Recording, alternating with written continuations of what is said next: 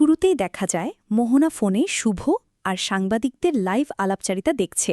সে উৎকণ্ঠায় বলতে থাকে, আয়ানের কিছু হলে আমি বাঁচব না, কিন্তু যদি আয়ান ছাড়া পায় সব কৃতিত্ব যাবে ওই শুভর ঝুলিতে। সবই হয়েছে শম্পার পাকামির জন্য। এরপর হঠাৎ শুভর সঙ্গে দেখা হয় তার। শুভ প্রশ্ন করে, তুমি এখানে কি করছো? ভেবেছ আমি কিছুই বুঝতে পারছি না? আমি নিজে দেখেছি তোমাকে স্বপ্নার সাথে কথা বলতে। আমি স্বপনদাকে হাসপাতালে পাঠিয়েছিলাম তোমার খোঁজ নিতে। সেদিন স্বপনদার ইনজুরি হলো, তোমরা স্বপ্নার সঙ্গে মিলে আমাদের বিরুদ্ধে কথা বলেছিলে, যে হাসপাতালে তুমি 6 বছর আগে কাজ করতে। মোহনা পাল্টা জবাব দেয়, এসব মিথ্যে অপঘাত দিও না। আদিকে আগে বাঁচাও, তারপর বড় বড় কথা বলো। তুমি না পারলেও আমি আমার আয়ানকে বাঁচাবই। শুভ তখন দৃঢ় চ্যালেঞ্জ ছুড়ে দেয়, সব সত্যি আমি বের করব।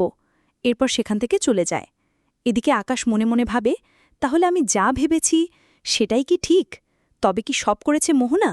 যাই হোক, আদিকে দোষী প্রমাণ করতেই হবে, যাতে এসব থেকে মোহনাকে রক্ষা করা যায়। ঘটনা সরে যায় আদালতে।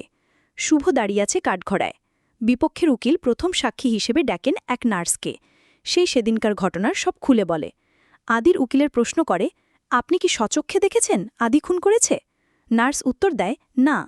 তখন প্রতিরক্ষা উকিল বিচারককে বলেন, আদালত অনুমানের উপর ভিত্তি করে রায় দেয় না। এরপর দ্বিতীয় সাক্ষী হিসেবে রজন দত্ত হাজির হয় এবং সেদিনকার ঘটনার বিস্তারিত বর্ণনা দেয়। তো দর্শক, এই ছিল গৃহপ্রবেশ ধারাবাহিকের আজকের আপডেট। পরবর্তী আপডেট সবার আগে পেতে আমাদের চ্যানেলটি এক্ষুনি সাবস্ক্রাইব করুন।